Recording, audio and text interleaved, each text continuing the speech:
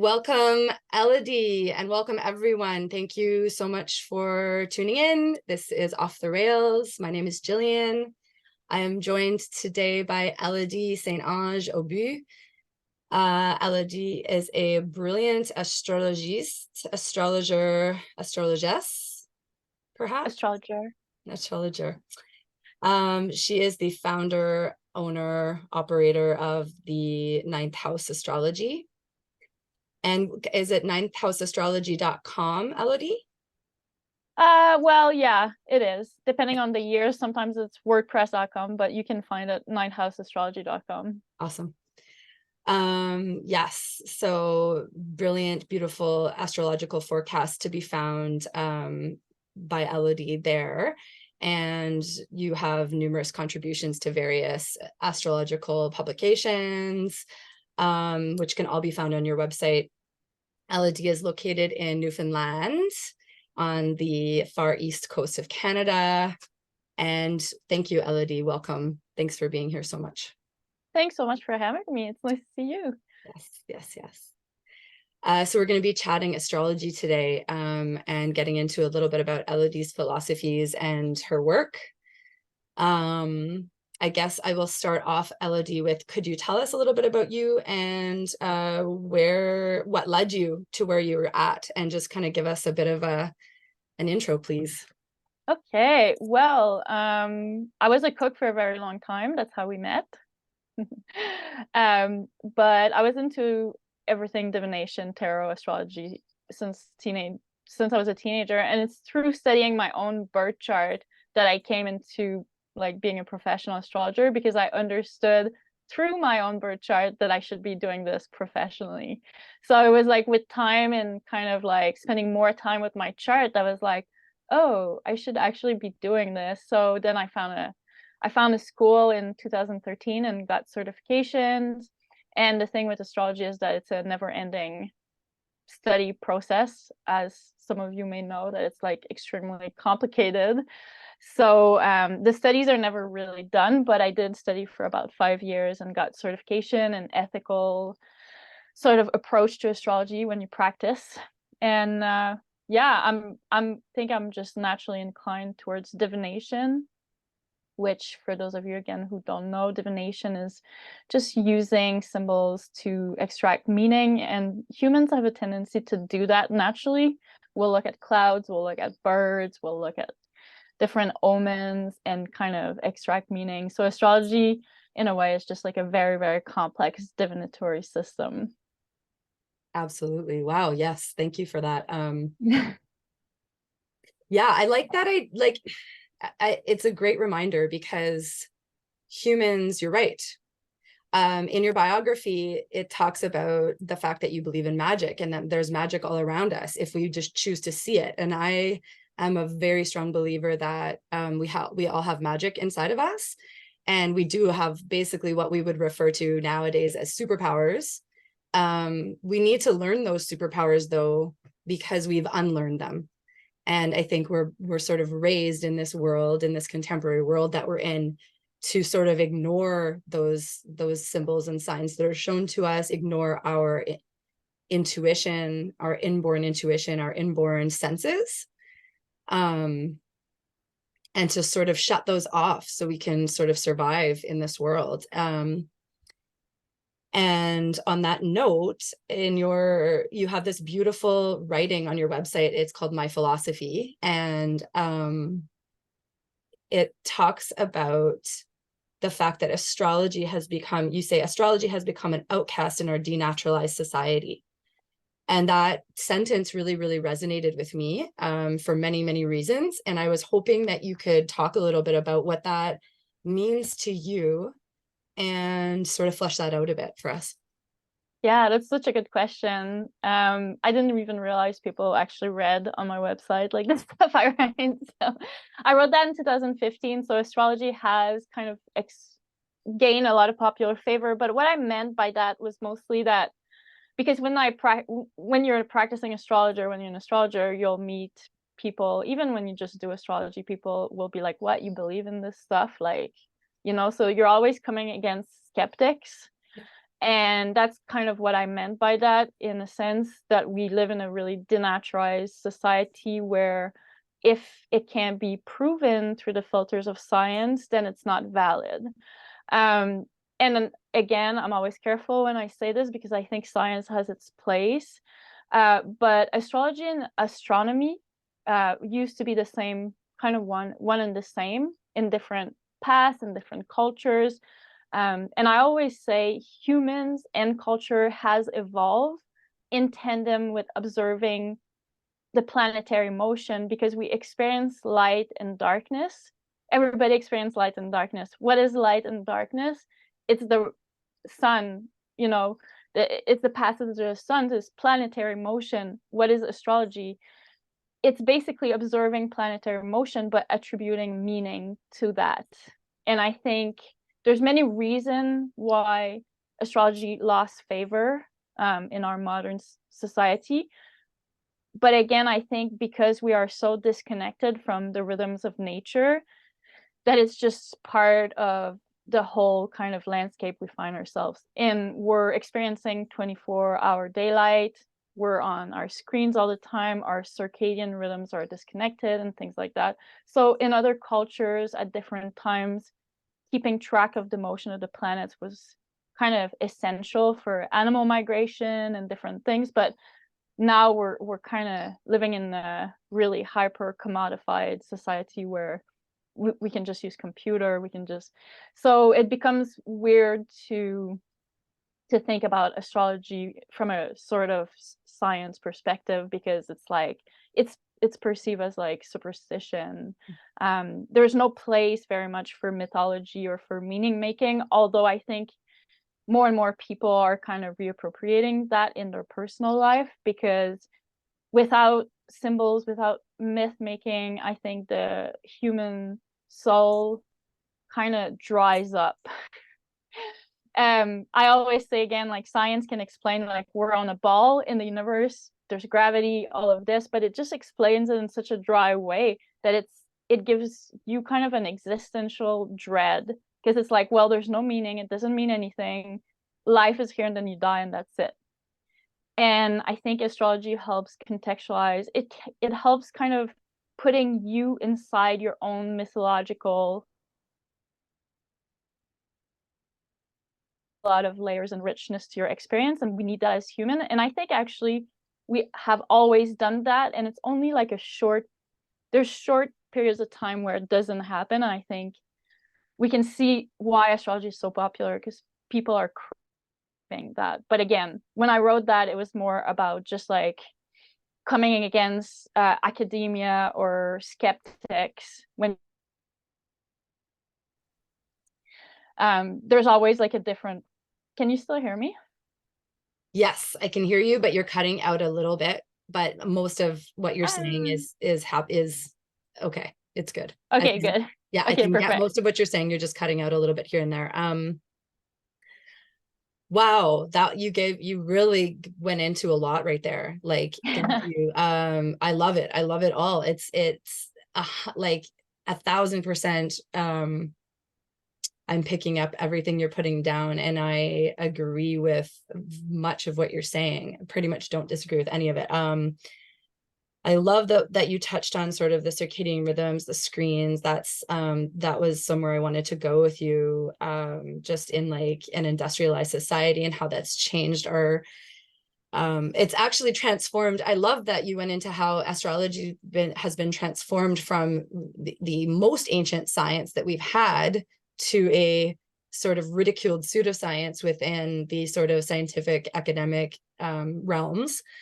It really is, and I can attest to that 100%. I'm like in academia right now, and it's scoffed at very much, and it's sad. The feeling that I came out with when I first realized that it was just being completely scoffed and ridiculed in the institution was just that it was really sad. That I thought, wow, like we've taken this ancient practice that has been essential to human proliferation throughout the ages, and sort of yeah, just rejected it. We just reject it now. Mainstream society mostly I would think it's because it's misunderstood, and I think that's where the basis of it, like, that's why it's ridiculized, because it's just completely misunderstood. People think about astrology and they think about pop astrology, they think about horoscopes, which is not really representative of what astrology really is.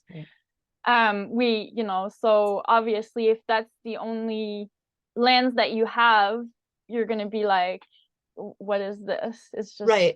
Because we're differentiating between, like, there is a huge distinction to be made between when you go and read a newspaper, you've got the horoscope for June for Gemini, which encompasses the entire month, every minute of every day in every planetary direction.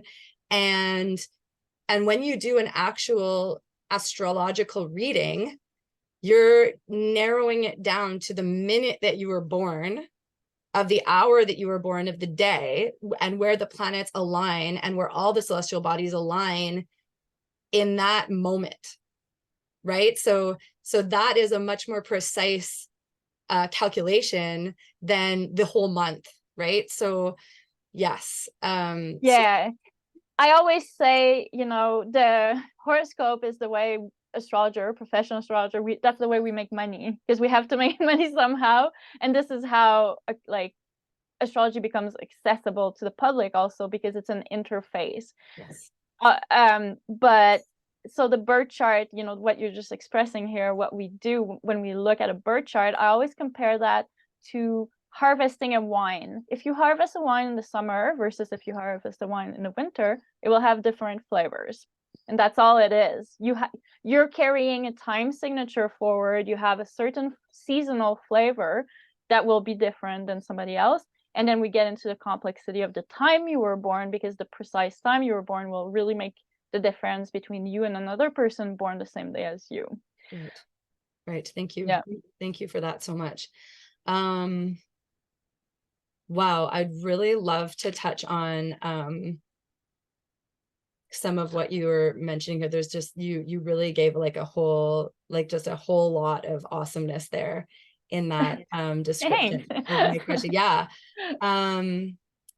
Yeah, I mean, more and more, you talked about the mythology and the meaning making coming back, or like re-entering the lives of people. Do you think that the denaturalization process has actually I almost sometimes think that the denaturalization process that you refer to almost was very necessary after the industrialization and that process, it's almost like we had to get to such a dire level of denaturalization to remember who we are, and to remember to go back within and to start looking at those natural cyclical rhythms of the planet and our bodies, and how it reflects to the natural world and the celestial bodies. And I think you're right when you say that people are returning to these things.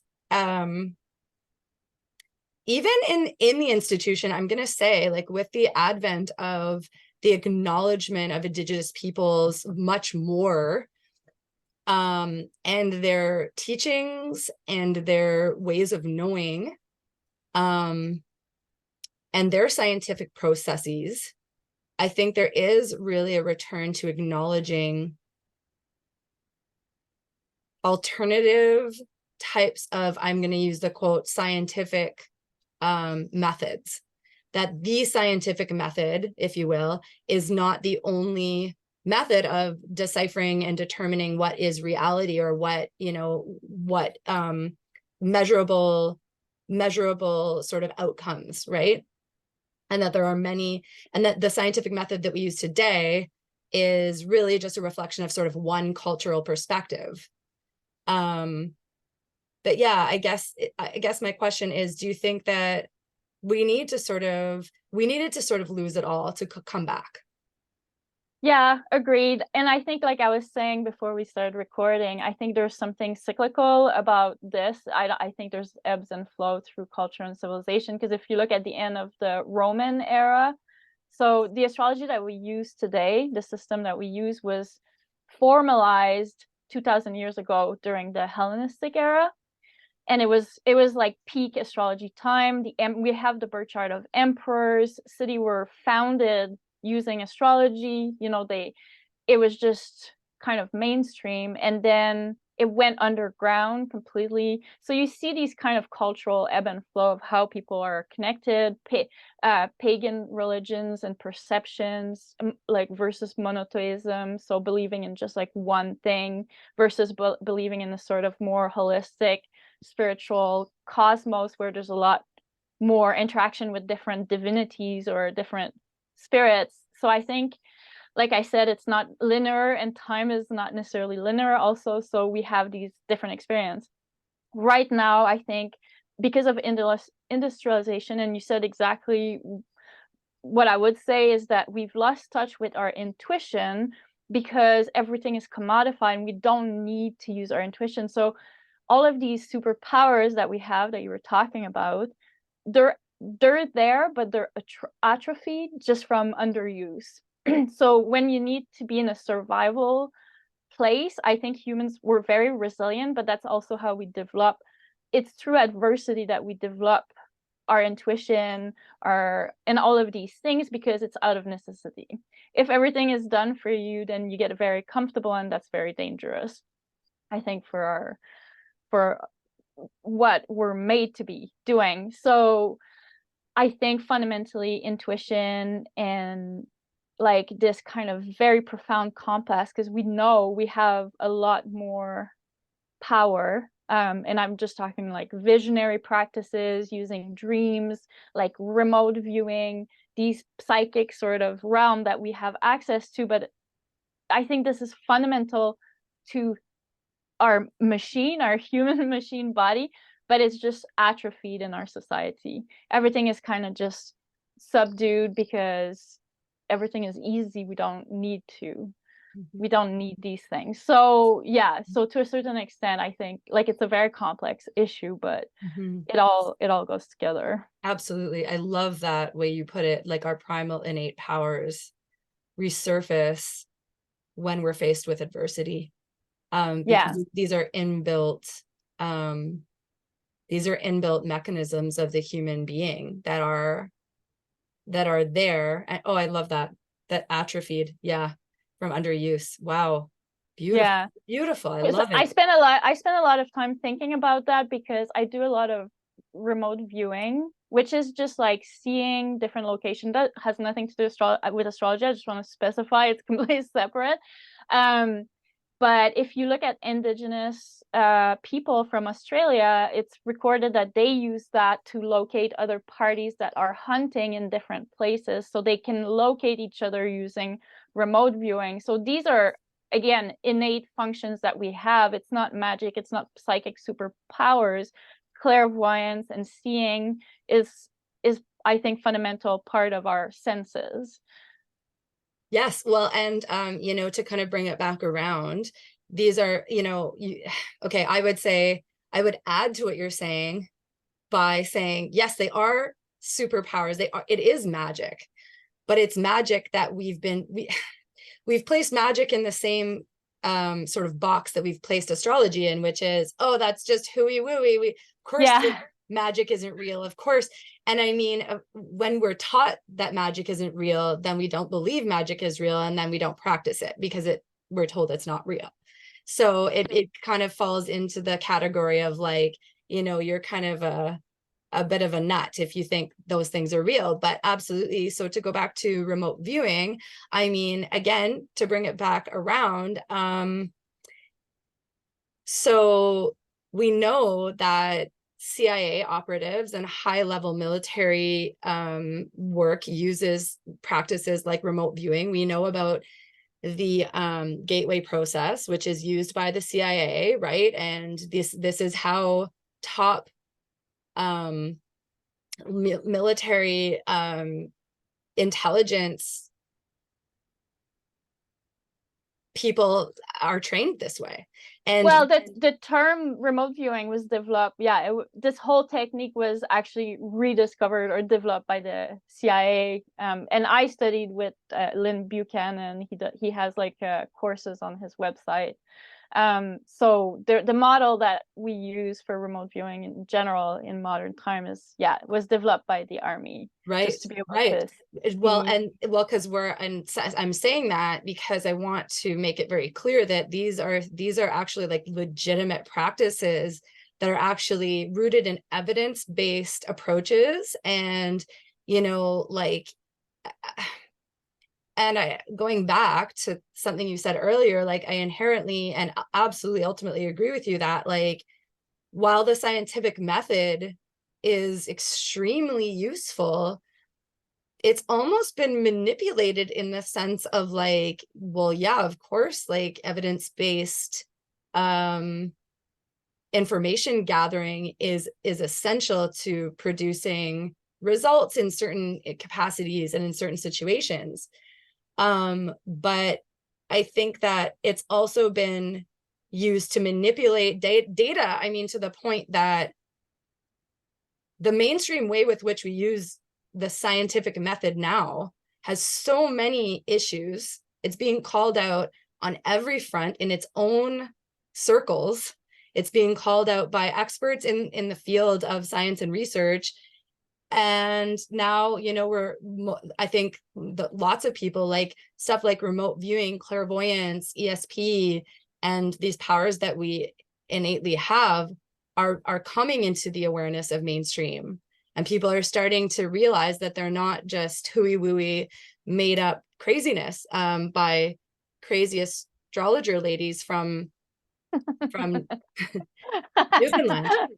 Well, I always say too, I mean, it's the same thing with food and things like that. I think people are wanting to return to like more natural ways of feeding themselves and stuff. So science brought us all of these like commodities with the food industry, but we're poisoning ourselves with that. So I think people were just, like you said, at the point where we have to reappropriate some form of autonomy, make these compromise, make the effort, and return to, I always call that like I always wanted to maximize my human experience. So to maximize your human experience, you have to maximize your body and all of this. And I think, yeah, that whole sort of framework is in the collective zeitgeist right now. People are really wanting to reappropriate their vitality, their energy, and they're realizing that they can only do that through connecting with nature, because we're part of nature. You can't separate the two. And I think that's the thing. Science has a tendency to isolate and control whatever it is working with. And we live in a cosmos where everything is connected, interconnected, and there's reaction. So you can't really isolate and think that's going to work forever. Yep, absolutely. In many ways, it reduces our abilities down to not actually being able to do natural observation anymore, because there are so many necessary components that need to be present to sort of follow through with the scientific procedures, that we lose our natural ability to observe our environment.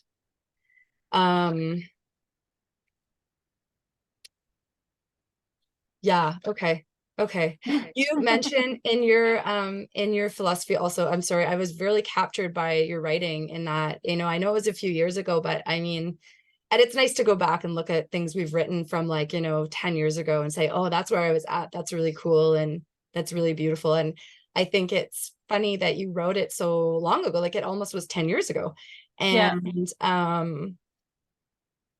and I think it resonates at least like very much today as it must have then for you. But you mentioned in that also what's called in French, it's a French term, and it's called arrière-scène. And could you like just explain what that means? So yeah, arrière-scène is like the backstage. And in what I wrote, I basically said like, astrology allows us to take a glimpse, like a minuscule glimpse into the backstage of our reality. Because the way I explain astrology to this day is kind of like using planetary motion. So imagine we're on Earth, we're looking at the planets rotating around us, although we know that we live in a heliocentric system, the solar system. So the Earth actually gravitated around the sun, but the astrology model is the planets, it's a geocentric model. So geocentric just means from our perspective on Earth, we're looking at where the planets are from our location, and what does that mean? And so I always say astrology is kind of like a clock. It's just a really complex clock. If you're looking at the needles of your clock, there's 2 or sometimes 3 needles, the minutes, the hour, and the second. And you look at the clock and it's like 11:55. So the needles on the clock doesn't make it that it's 11:55. In reality, it's just telling you that it's 11:55. So that's the way I explain astrology, especially to the skeptics, because yeah, and this is debatable. Is it cause and effect? Is it like, is Saturn placed there actually creating some kind of like magnetic field? Who knows? Can't really prove that, but I like to just think that we can somehow, because of observation and thousands of people through centuries observing, when Saturn is here aligned with Jupiter, this happens. When Mars is there square to Venus, this happens. And this is compiled observation, but I like to say that it's more like the needles of a clock. But it's just a very complex clock because we use the 7 visible planets in astrology. So we have 7 needles, and then we have added 3 more planets. Some astrologer will add asteroids, some astrologer will add the fixed stars, different factors, but it's a very complex clock telling you what time it is on Earth. So that's the backstage. Nice. Yes, thank you. I love the idea from before about the concept of the interconnectedness of, let's say, us and the natural world, that there is no separation, that it's all sort of working in symbiosis when we're in our natural state. And then I would ask you about extending that to the planetary bodies as well. So when you say, cause and effect, like the notion that, yeah, Saturn might be affecting the aspects here on Earth, but what about us affecting the aspect of the planets, right? What about our behavior and right? If we're talking about cause and effect, theoretically, it could go both ways, right? That's really interesting. I haven't really thought about it this way, except in one context, which I would call planetary remediation. And the Vedic astrologer, the Indian system of astrology, has that very well established in Indian culture. Planetary remediation is basically communicating with a certain planet, making offering to a certain planet, basically establishing a relationship with that planet so that you can get favors from or protection. Right.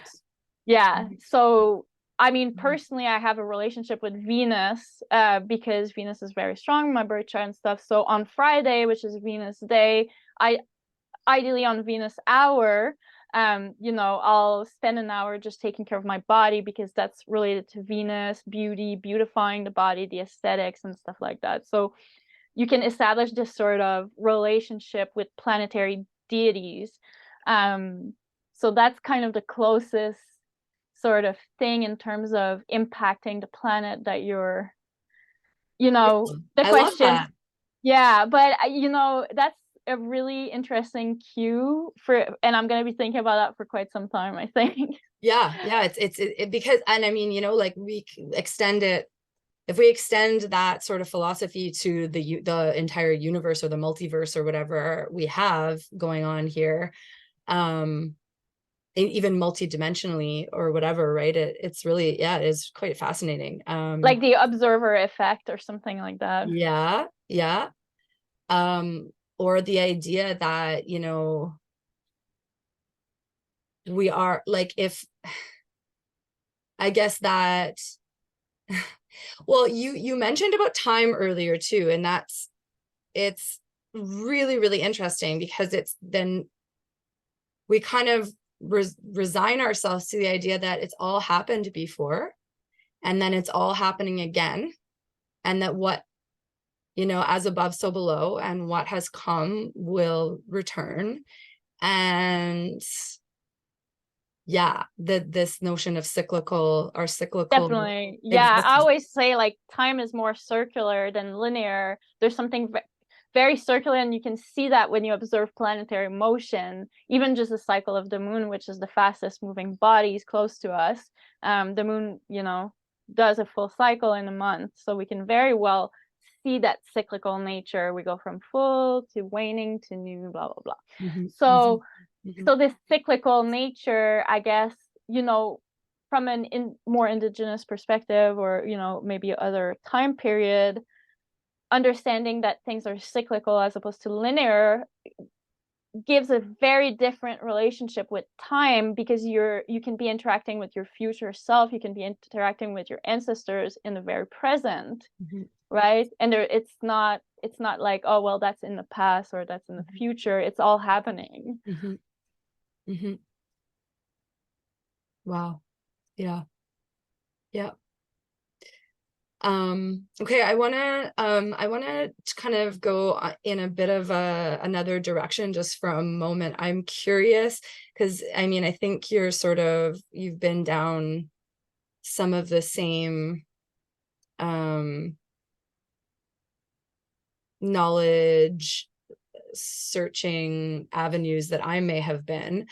And I'm wondering if at all, or how, if so, how the changing worlds that we're in. I mean, things are changing quite quickly. I mean, we did kind of um touch on, kind of allude to the idea of sort of transhumanism in the sense of like, you know, chemicals in our foods, um augmentations that we're using, medicines like pharmaceutical medicines. And that's when I say transhumanism, I mean that plus electronics being added into the mix. And you know, you mentioned the changing of the circadian rhythm, or the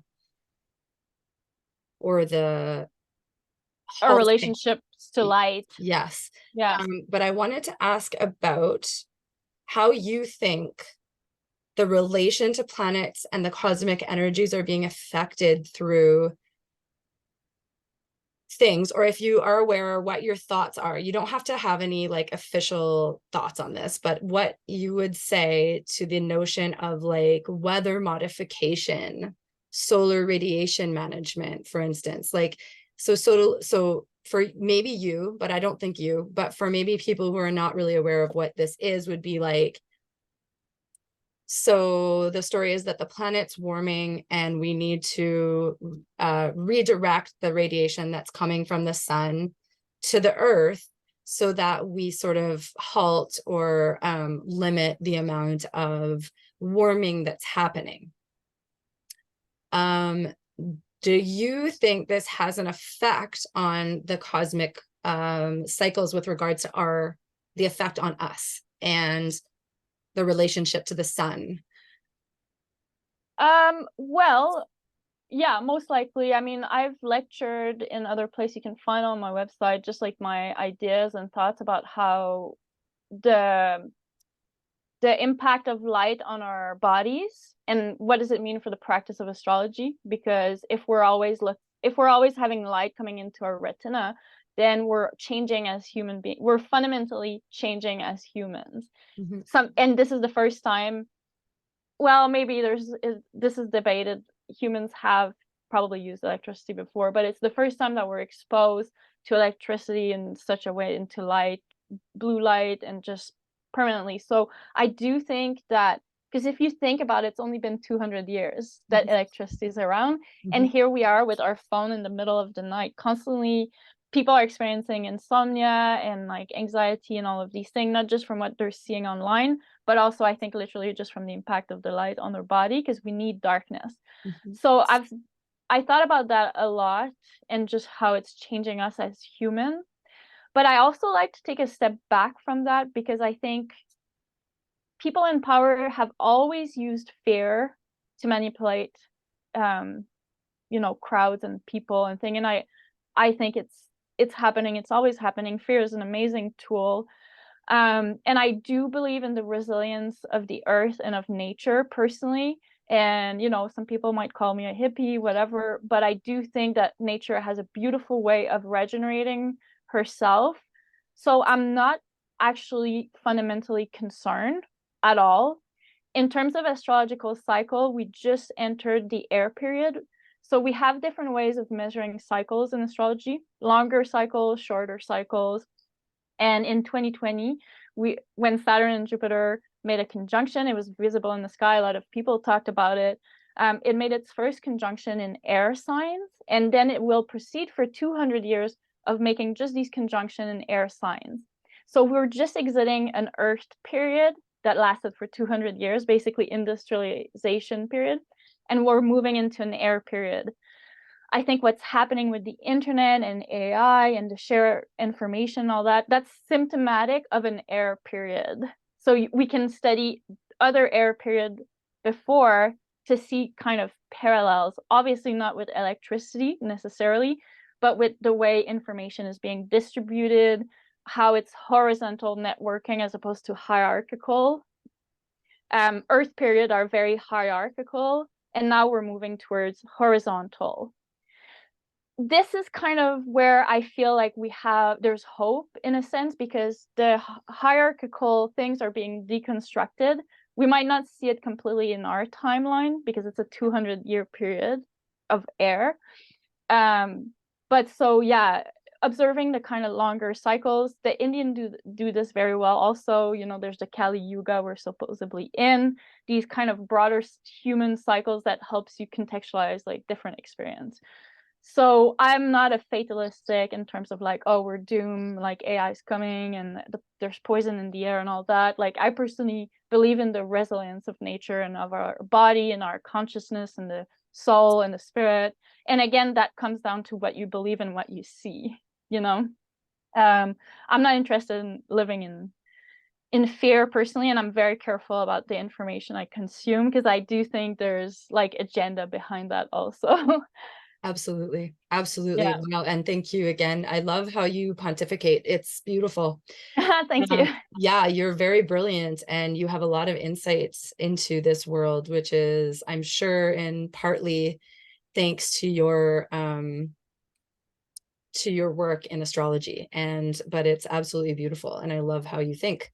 And you're absolutely right. Like, and very wise to limit the information, limit what you consume, and the intuitiveness of recognizing that all the information we're given is, well, lots of it is there to elicit a response. And what is that response, right? And to go back into that knowing, that deep ancient knowing of how we have survived and we have functioned throughout ages.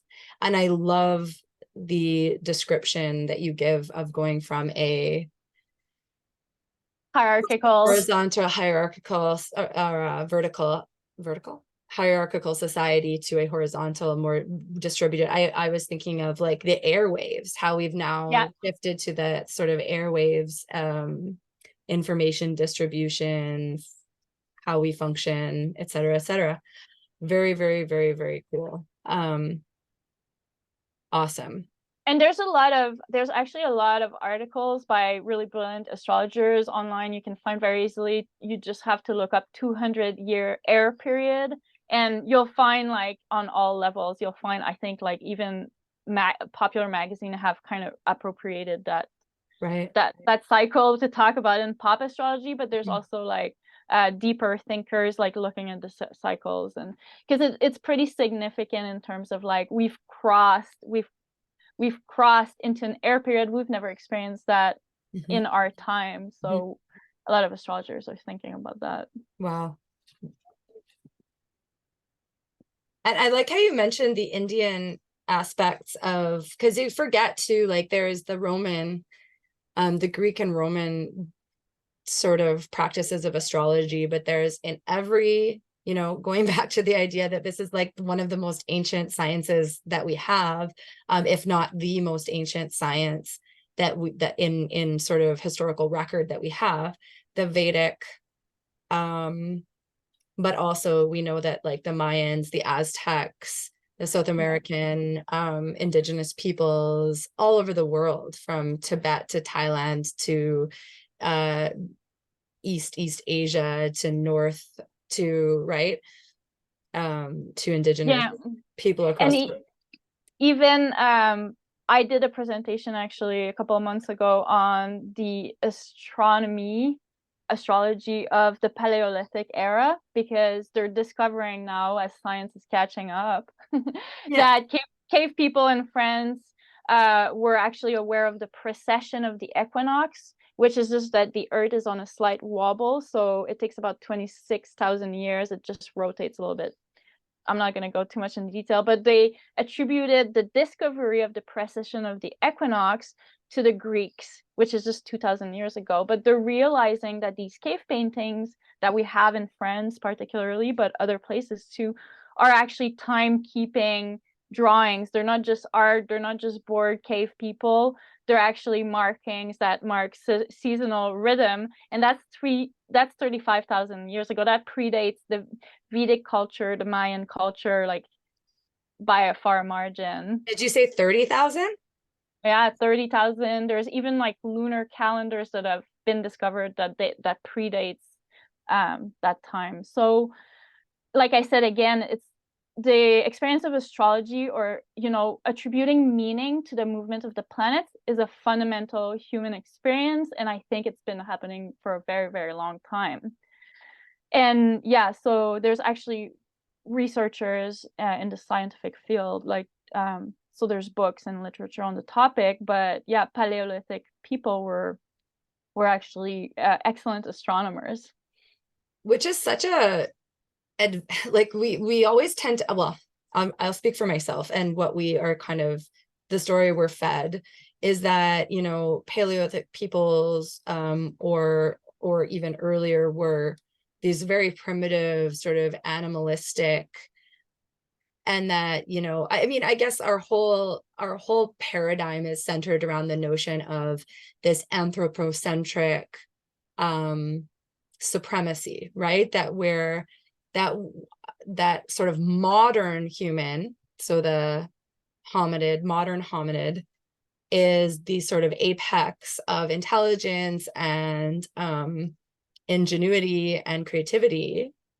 But when we think of what you just described, these ancient peoples, this was a very advanced practice, like keeping these lunar calendars and knowing where the planets were, and almost going sort of like, we actually regressed from that to going back to like a different model of understanding, and then had to come back to, like, and so now currently we believe like the things that ancient people believed. It's interesting that we think of our ancient ancestors as being so primitive, yet they were so advanced in these practices and these knowings, these teachings and these knowledges.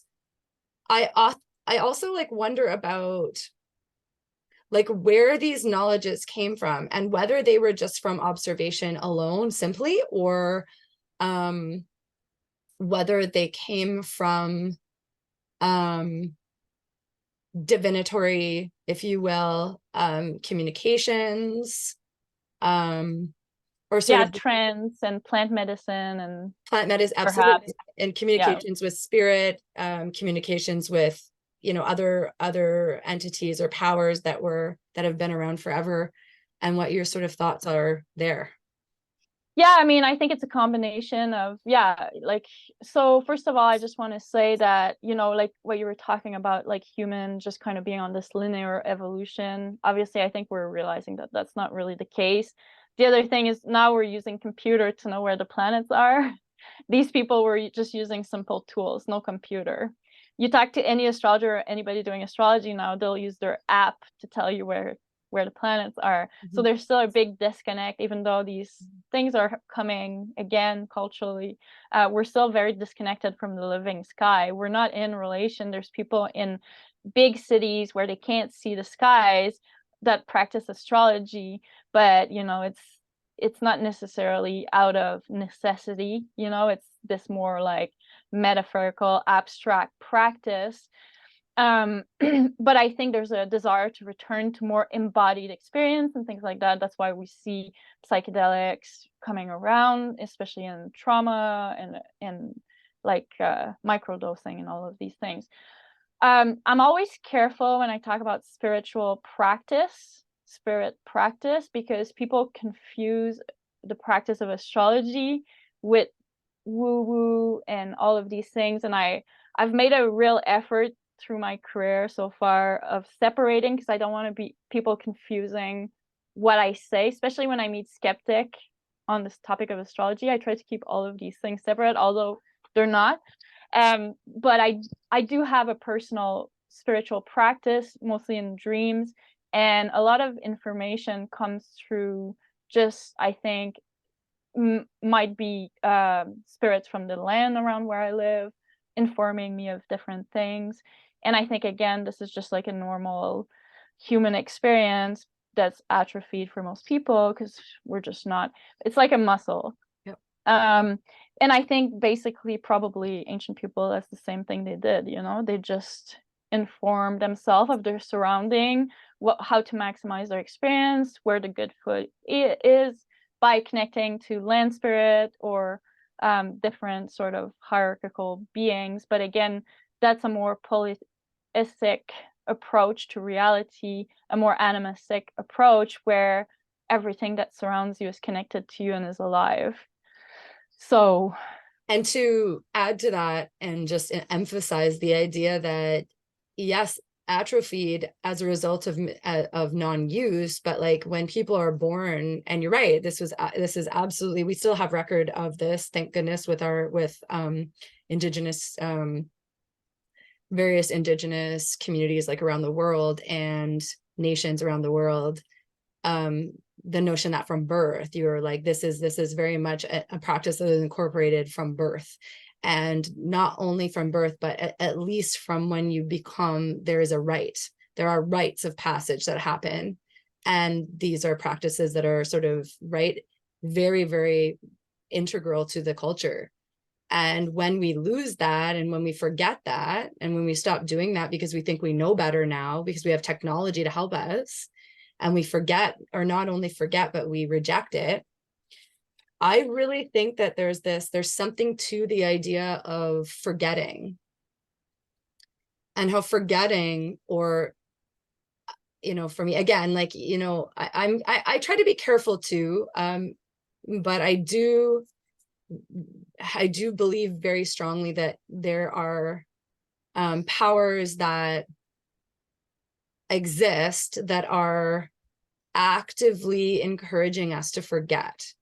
And when that happens, when we forget, and then the process through hundreds or thousands of years of forgetting, and then coming back to the memory of, we're not quite sure, but it starts with, lucid dreaming or remote viewing or reconnecting with spirit and self, and just personal spiritual, if you want to call it spiritual or whatever. It's a personal practice of, and choosing and making a choice to pay attention to certain senses or certain intuitions or certain forces outside or inside of us, right? That we are sort of often taught, and it's very much normalized to ignore.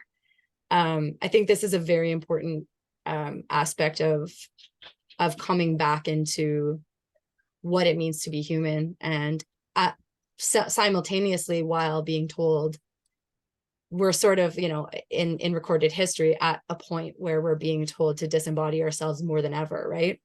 Yeah, I think like that happened with, if you look at like polytheistic sort of religion that existed before monotheistic religion came around, where people worship multiple gods, or they were more pagan inclined. What is pagan? It's just nature, like more nature oriented, because once you connect with nature, that's kind of automatically where you go, you realize that everything is sort of interconnected and alive. Yeah. So again, this process of denaturalization and not trusting nature. Nature is something to be feared.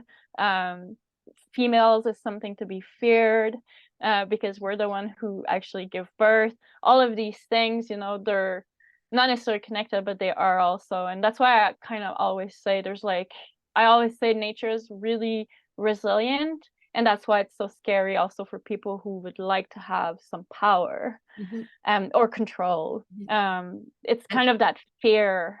Yeah. And that, well, exactly. And the idea that we've been sort of scared off from any natural process. Like, I mean, Yeah. I'm very active, like lots of my sort of work and my investigation goes into the nature of disease, the nature of health, humans, like what health means, if the bodies that govern health are really interested in our health, or whether you know, our relationships to pathogens, diseases, these things we call, you know, we're very, very much like conditioned to be fearful of these things, and in certain ways, like sometimes for good reason. But you know, I mean, we get into this whole conversation about life and death and the cycle of death and rebirth and everything, which is maybe for another time. But yeah, I really love how you think and how you incorporate these things. So I guess, like, to touch on something I asked about earlier, like I did kind of want to, the notion of when you talked about the fact that we've rejected astrology into the sort of realm of sort of pseudoscience, and sort of we kind of push it away as, oh, that's just, you know, that's just, oh yeah, that's kind of a joke, or it's this or that's that. It does remind me of the idea of the Mists of Avalon, which, you know, the magic went into the mists when the monotheistic, as you've alluded to, religions came about. So we pushed all the false gods, which that's what Christianity referred to all other religion, all other spiritual practice, as false gods, and there was only one God to worship and pray to. And the rejection of all the other gods, and all of that was sort of pushed away into what I would like refer to as like into the mists. And I guess my question would be like, I guess, how would you suggest, or would you suggest that people start reincorporating things like astrology into their lives, or should it stay in the mists? That's a good question. So first of all, I live on the Avalon Peninsula here. Wow. Wow. It's funny when you said that, I was like, oh my God. And it's foggy because it's always Yeah. foggy here. Yeah. But so astrology is a complex language. The role of the astrologer is to act as a translator to a certain extent. So in my practice, I love teaching astrology and I love teaching it, but at the same time, there's a bastardization process that happens with pop culture and stuff, and then there's all of these kind of egregores that happen. So these weird cultural mental construct. People use astrology for this and that. So with like any kind of esoteric hidden practice, or, you know, occult sort of practices, I'm always split, because I think it's important and fundamental to the human experience, but there's something that happens when it just emerges in the collective. You see a lot of dogma, and you see a lot of kind of, again, bastardization. So a lot of what you see online is not even astrology, you know, and that's really difficult to witness, as you know. But again, it comes down to what you believe in and what you need, and there's a multiplicity and as many beliefs as there is people. So I don't think necessarily that like I'm in a position to be like, oh, it should be like this, because if everybody does that, what happens? You know, it creates dogma and things like that. So I do personally, I do think it should stay in the mist. Yes. A little bit. Right. I think it should be fundamentally and primarily personal practice and experience. And we're such in a culture right now of expressing everything outwardly. Like, we're very prompted to say everything that we do. I'm magical, I'm a witch, I do this, look at my ritual, blah, blah, blah. So we're externalizing everything. And one of the things for me that I've always said, like, I've been practicing astrology and other things for a really long time. There's this saying in French, celui qui dit ne sait pas, celui qui sait ne dit pas. Ouais. So the one who knows, the one who doesn't know say or speaks, and the one who speaks doesn't know. Yeah, and I heard it like, the one who doesn't do speaks, and the one who doesn't speak does. Yes, yeah, exactly. So I always think the best energy and the best teaching, first and foremost, is preach by example. You do your you do your experience, no judgment. And I think just the energetic impact that it has on the world can educate, and people feel that. So personally, I'm not so much of an externalizer. But yeah, what's up? Did you hear that? No. Okay. No, nothing was up. I was actually just responding to a small person. So Okay. No, I didn't hear and that. I was trying to be quiet. quiet. Yeah, so yeah, I think just leave it in the mist as much as possible, but the air period kind of sees information emerging and spreading and scattering everywhere. So I've tried to coin a term, and maybe it applies here. The term I've tried to coin is age of oblivion. yeah. And I guess what I mean by that is, like, sort of, right, the idea that everything's sort of exploding into awareness and into manifestation, like all at once, sort of everything. I mean, it feels like that. Like, maybe that's not true, but that's how it feels being in June 2023. That's what it feels like, is that everything's just kind of coming into being and exploding into awareness and manifestation all at once. Yeah, and I think if I was to return that to the cycle we're in, the air period, that's very symptomatic of the air period. Mm-hmm. Where the hidden and the esoteric just goes out like this, and it's just there. Yeah, so in terms of like the sacredness of thing, I do find there's like less reverence and less sacredness, because it's just all like people kind of spreading their knowledge and showing it. And so yeah, I'm on kind of two mind about that. Mm-hmm. Conflicted. I love your explanation of why it should stay in the mist. Yeah. And the dogma aspect of things, and how almost performative everything becomes, right? How we're always kind of putting on this performance for not even an audience that we, yeah, well, I mean, even right now, right? We're on the camera, we're doing this. I'm platforming your voice and your work, but there's a very performative aspect of how we live now, and it's interesting. It's really interesting. Yeah, so I think, yeah, I mean, we're symptomatic of our time. We can't really extract ourselves from this period. So Mm-hmm. Absolutely.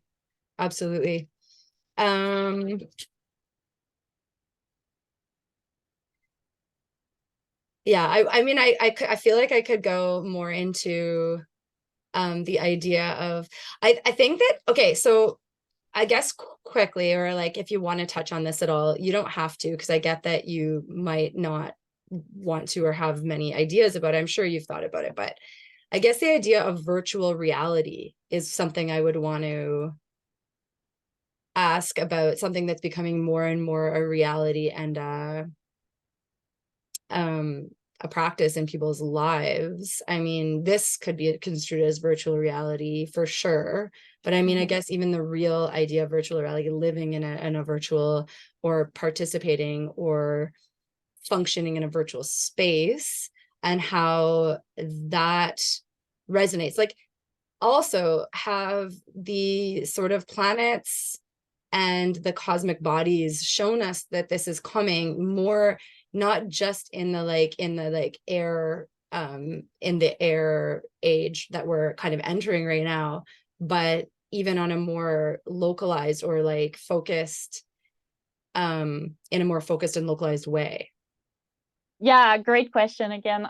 So this will depend on each astrologers, but I do think we're going more profoundly into the illusion in the next couple of years. That's how personally I would like speak of Saturn currently transiting in Pisces, and next year Jupiter will be in Gemini. That's a lot of online experience. We have some planets in Taurus right now, which is forcing people, or you can see collectively people want to be embodied. They want whole food. They want nature. That's all very Taurus stuff going on. But I think the next couple of years we might get deeper into the illusion. It's going to get a little bit weirder. So yeah, I see that in the astrology for sure. That's why, again, I'm very careful with the information I consume and stuff, because I think at some point the distinction will be really hard to make. Absolutely. Absolutely. Yeah. Well, and so it's interesting too, because the notion of the distinction being hard to make, well, why? Because we won't be able to tell the difference. But what about AI and then the idea of the presence?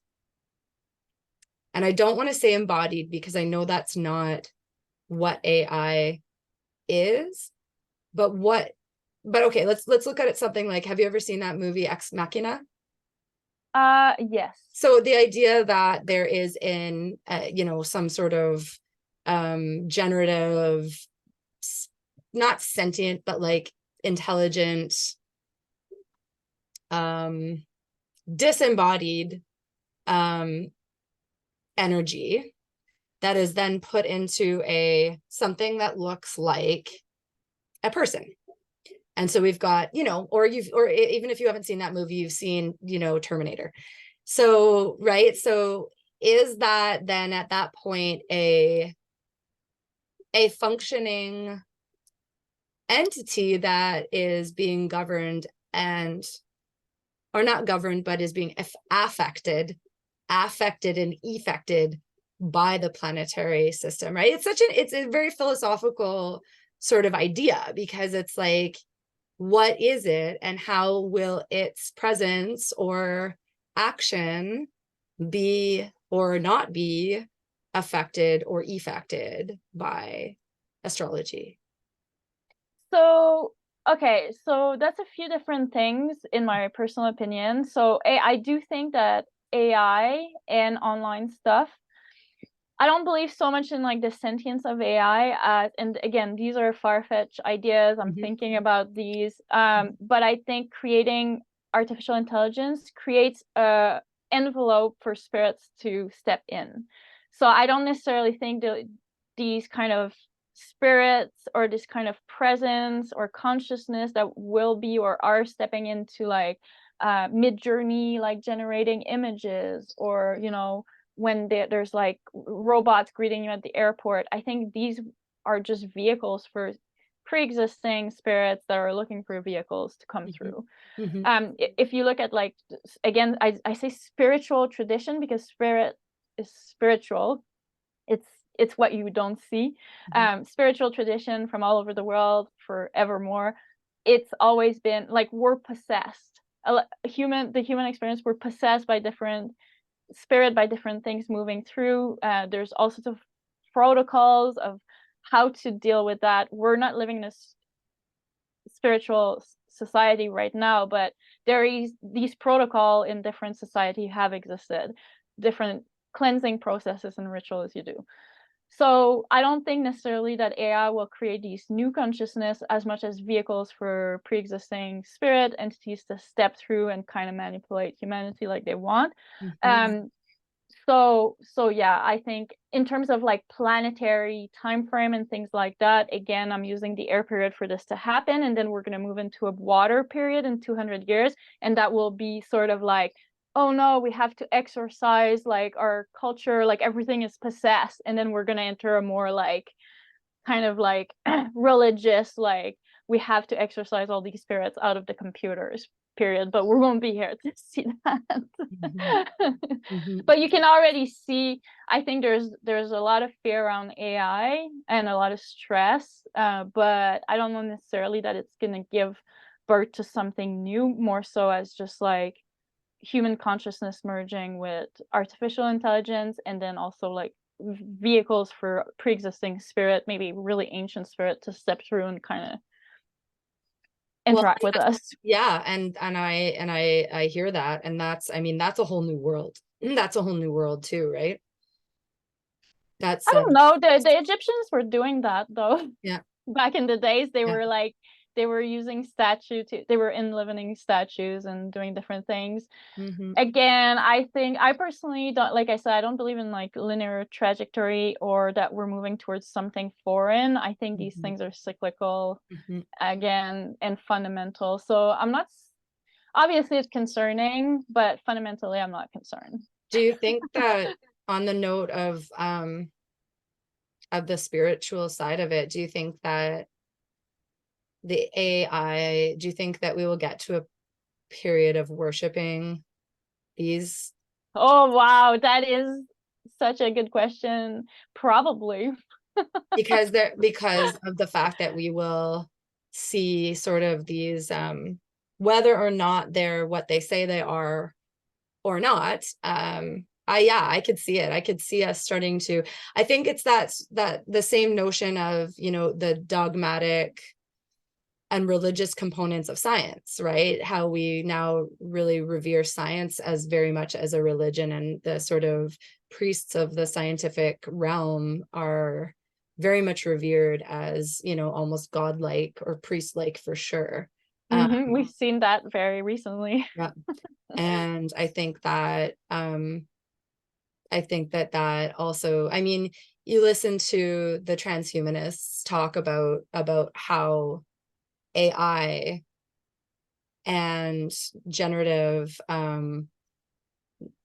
intelligence will be like a god, because we won't need, because it will be able to do so much that will be, yeah. So they talk about that. So that's an interesting piece. I don't personally know. I don't think they will succeed personally, for like permanently or anything like that. Like I was saying, I believe in the resiliency of nature, very much so. And I think the more people like are focusing on that, then the less energy there will be for the other stuff.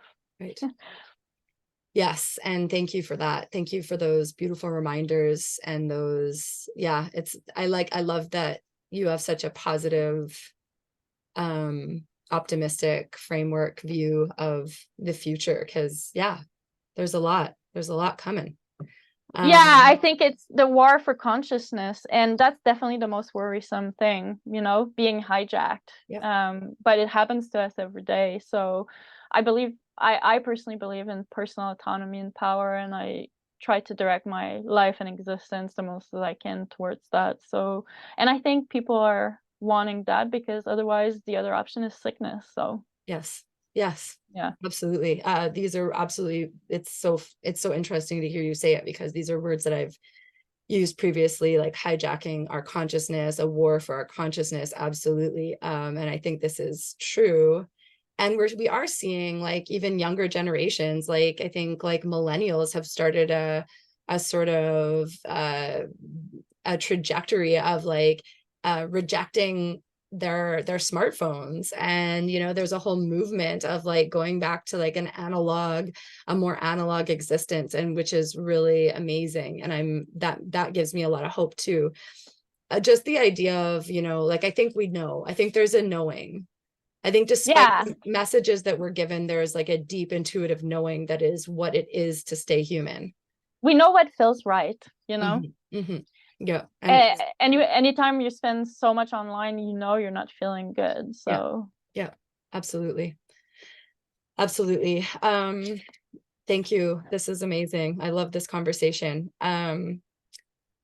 I am going to ask you, is there anything else you'd like to talk about or bring up? no, that was amazing. That was a great conversation. Yeah, it was. Absolutely. Yeah, no, that was great. I didn't expect to go so deep and philosophical. So that was Awesome. absolutely, Awesome. I yeah. I knew that you would. So I yeah, I've been following your astrology for some time now, and your readings are just absolutely beautiful, so in depth, so descriptive, um and your forecasts are just so bang on. Like it really is a pleasure and a joy and a an honor to be able to follow your work at Ninth House Astrology on Facebook. I don't have Instagram, but I assume you're on Instagram probably too. Yeah, I am. But if you go to my website, I think there's all the connects to like Twitter and to Instagram. And I try to post on Facebook, but it's because you're friends with me, my personal profile, but I haven't been maintaining my public page on Facebook. Yeah. ninthhouseastrology.com. And I am wondering if you have any upcoming events or workshops, seminars, anything going on in the near future. No, but like I said, the astroarchaeonomy sort of presentation I did on Paleolithic, that's on my website for sale. I think I'm selling it for like $10. Oh, awesome. That's like a lecture I did a couple of months ago. I'm working on a few things, but it's secret for now. So, and Awesome. I sometimes write for Astrograph Time Passage. I write horoscopes for them sometimes, and otherwise, yeah, it's all personal blogging, Awesome. writing. Yeah.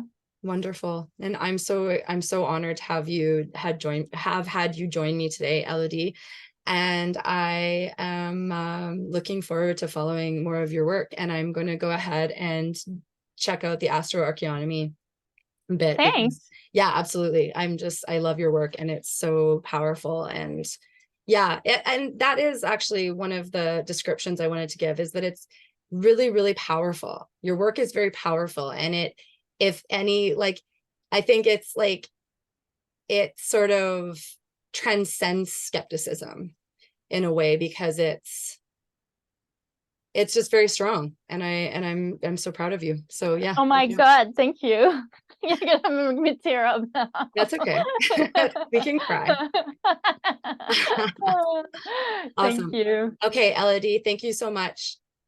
Thanks for having me. Bye. Bye.